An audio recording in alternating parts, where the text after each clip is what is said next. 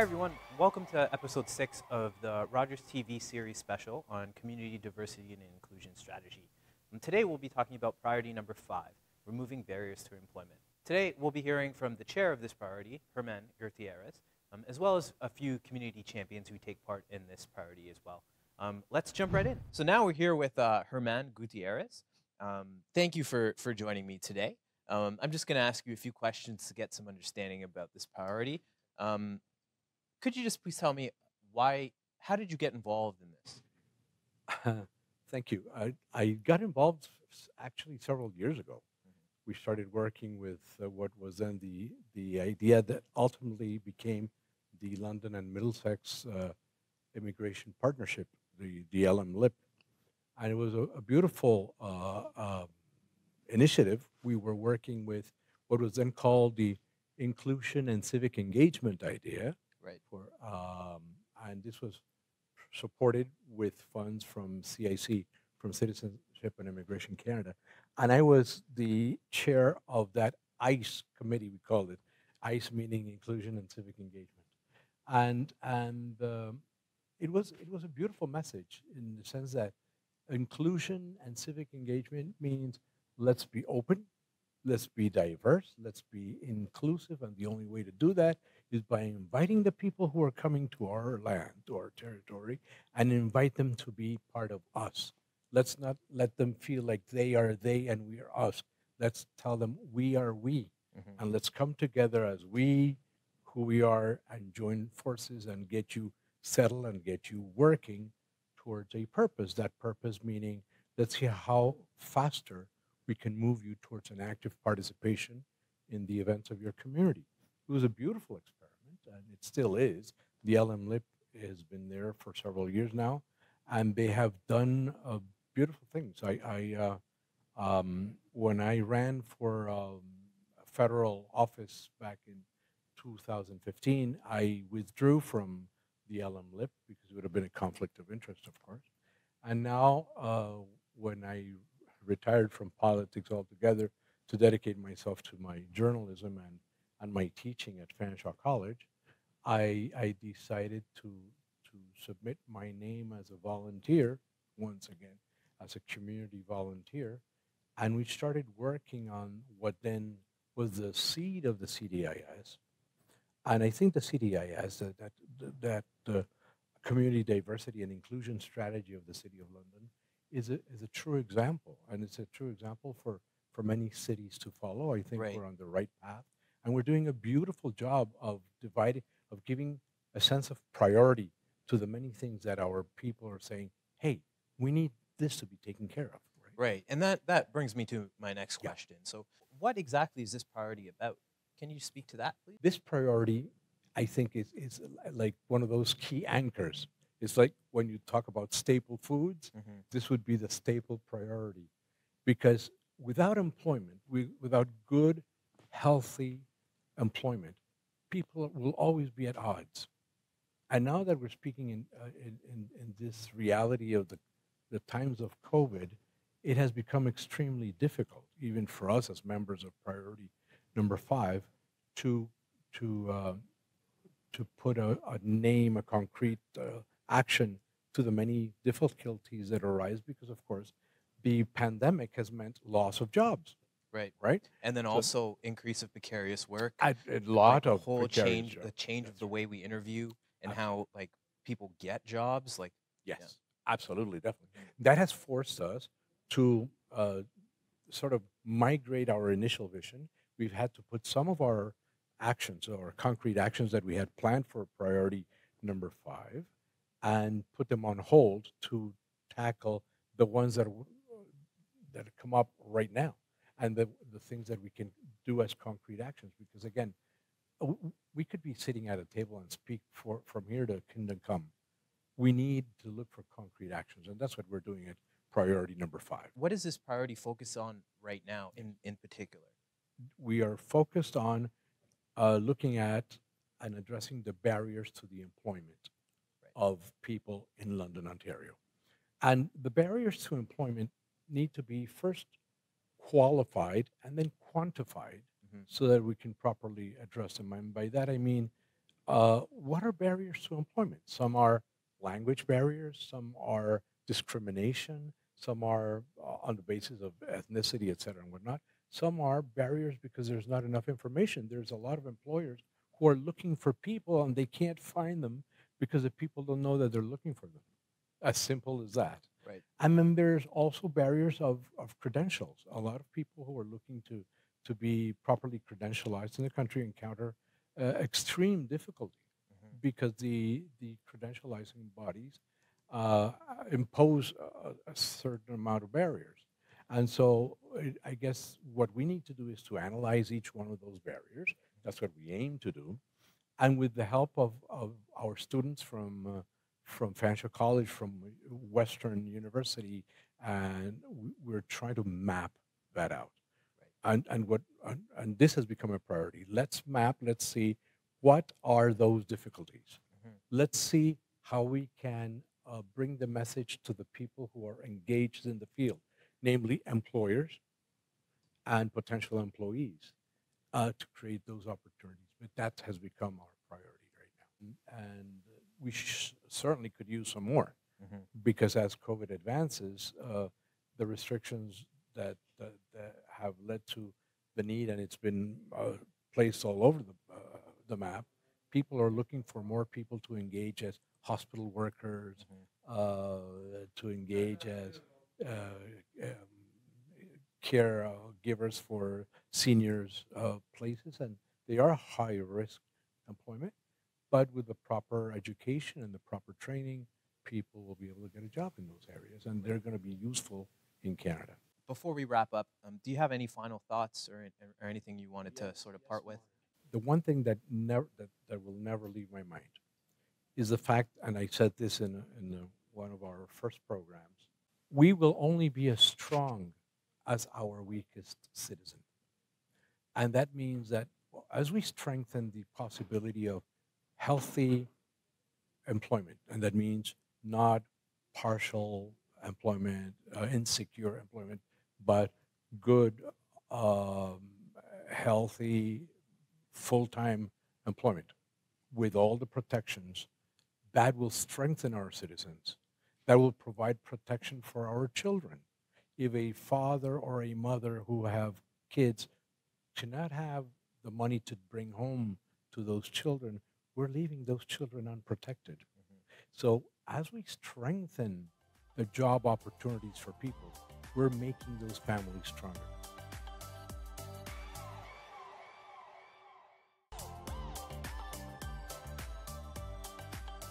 Welcome back, everyone. I'm here with Yinka, one of the CDIS priority number 5 volunteers. Thank you for joining me, Yinka. Thank you so much. I'm just going to ask you a few questions about your involvement in this priority and sort of what you're working on. Sounds good. Why did you get involved? So I'm going to start by saying that I'm a newcomer to Canada. I've only been here about 2 years, and I discovered the CDIS by accident. Oh, no way. So yeah, I was on Facebook, and then I saw the advert, Mhm. and when I read it, I was like, this is perfect for me. As a newcomer, it's important that one finds a job Right. to be able to survive in their new environment. So at that time, I had been trying to find a job. And so I discovered that this might be something that would help me, and not only help me, but help others to find work, and work that is relevant to the skills that they have from wherever they're coming from, their home countries, Right. and that will also be useful to this environment. Right, exactly. And yeah, I think you touched on a really good point there. Not just to find a work, but to find meaningful work, That's like right. meaningful employment. That's right. And that's easier said than done. That's for sure. What are you looking forward to work on being a part of this priority? Okay. So first of all, I believe that the first thing for this priority is to work on breaking down barriers that would prevent people from finding employment that is meaningful to them. And I don't mean this just for immigrants, even for people with disabilities, even for other people who have different things that have not been able to help them to find work. Right. A lot of employers are not open to employing people who don't have the exact skills that they're looking for, but people can use their transferable skills and still fit into the job. So people can also improve those skills while working. For the period that people are not working, they cannot improve skills that they already have unless they do things like volunteering, which is a good way to gain experience in a new place that you are. Right. You spoke about breaking down barriers, especially for those with disabilities. And I'll speak to something personal for myself. Just even something as simple as counter height, or where the door handle is, Right. and like how large the doorway is, like things that like I would normally overlook, and I didn't start thinking about until I joined this working group. That's right. Like those things, that makes a world of difference, right? Just being able to see someone at eye level, or open a door and go through it, like Definitely. so I definitely understand where you're coming from. What does it mean to have a community where everyone can find meaningful employment? Having a community where everyone can find meaningful employment, to me, this means everyone covers every single person, whether they have so many skills or whether they don't have that many skills. Depending on the level of the skills that they have, there should be employment that is geared towards the level of skill that a person has. I know of many people who have come here from professions like medicine, law, and they've been unable to find jobs in these fields, even though they've taken all the qualification exams, they've taken all the exams to make them qualify to practice in Canada. They're still unable to find jobs because the workers are asking for Canadian experience. Right. And how do you get Canadian experience? You can only get Canadian experience by working in Canada. For things like being a medical doctor or a lawyer, there's a limit to the kind of volunteering that you can do in that role. So I think employers should be more open to accepting experience from other countries, even though it might not be the exact same experience. Some of that experience would still be relevant to the workplace here in Canada. With skills that people are bringing from wherever they're coming from, the employers can have, and this is a suggestion, they can have sort of tiers for people who are bringing experience and education from other countries, so that they don't start directly in that role, but there's a kind of step so that they learn on the job and gain experience while working, and it does not water down the standards that are expected of that job. Right. I don't know if I'm making sense. No. I understand where you're coming from. And on that same note, there's also the issue of unpaid internships, right? There's also this. Absolutely. So now, in order to get a job in your field, you need to essentially work for free for 4 to 6 months. A period of time. Yeah, yes. before you even have a shot at employment. And that's a struggle across the board for existing Canadians and new to Canada. Another thing people could consider is changing careers totally and starting afresh if they want to. If they feel that it might take too much time to requalify and get back into the market here, they can start afresh, start a new career. There's so many options to choose from, and just start from the beginning here. Yeah. Final question. What would our city look like if everyone was able to access employment barrier-free? It would definitely be a welcoming city, and that's what we want London to be. We want London to be a city where people are happy, people are employed, and we want the economy to grow. When people are working, they make money. When they make money, they can spend money, and when they spend money, the economy grows. So that helps everyone and helps London to be a more welcoming city. Always a pleasure, Yinka. Thank you so much. Thank you for joining me. Thank you for having me. I will see you at our next working group. Thank you. Take care. Thanks, everyone. We'll be right back.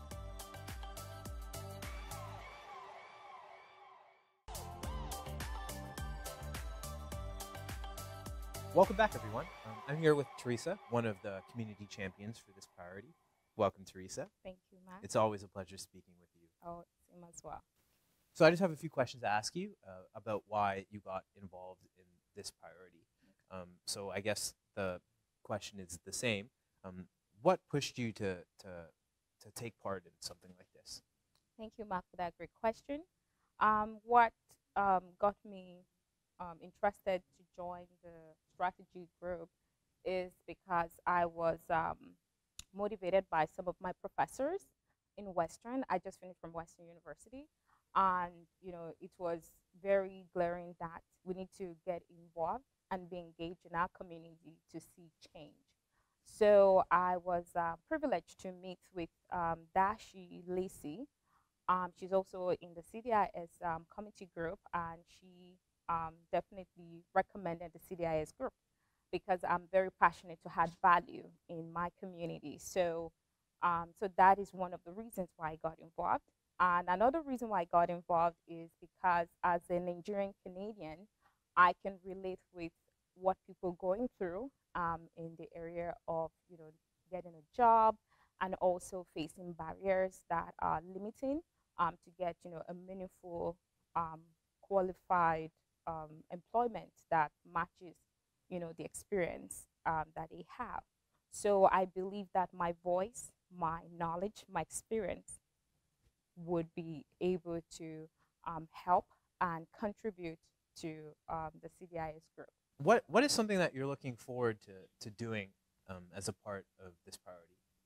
Well, one thing I'm looking forward to doing in this priority is being able to contribute with my own perspective on what can help our city and community to grow in having inclusive policies that would give equal opportunity to all. Right. And so that's one thing I'm really looking forward to. Right, and I think that's the beauty of CDIS, right? And there's just so much different perspectives that are brought to the table, so that issues can be analyzed from like all different standpoints. So yeah, like it's valued that we have a diverse society to begin with, so that we can have like these deep dives into these topics and sort of dissect them and pick them apart. So my next question for you is what does it mean to have a community where everyone can access meaningful employment? So I believe that a community that everyone can access meaningful employment is a community that is very aware of the diversity that is in that community, and also making sure that everybody is given opportunity, irrespective of what their ethnicity is, their background, their experience, and also what they are bringing to the table. So those are the things I feel it's very key to having a community that provide access to meaningful employment. Right, and I also think that to put my own spin on it, I think having a community where everyone can access meaningful employment to me would mean people are giving the most to society that they can give. Right, nobody's underutilized or nobody's overutilized. People are in the right spot doing the right things, right? And it sounds easy, but like that in itself is such a large task.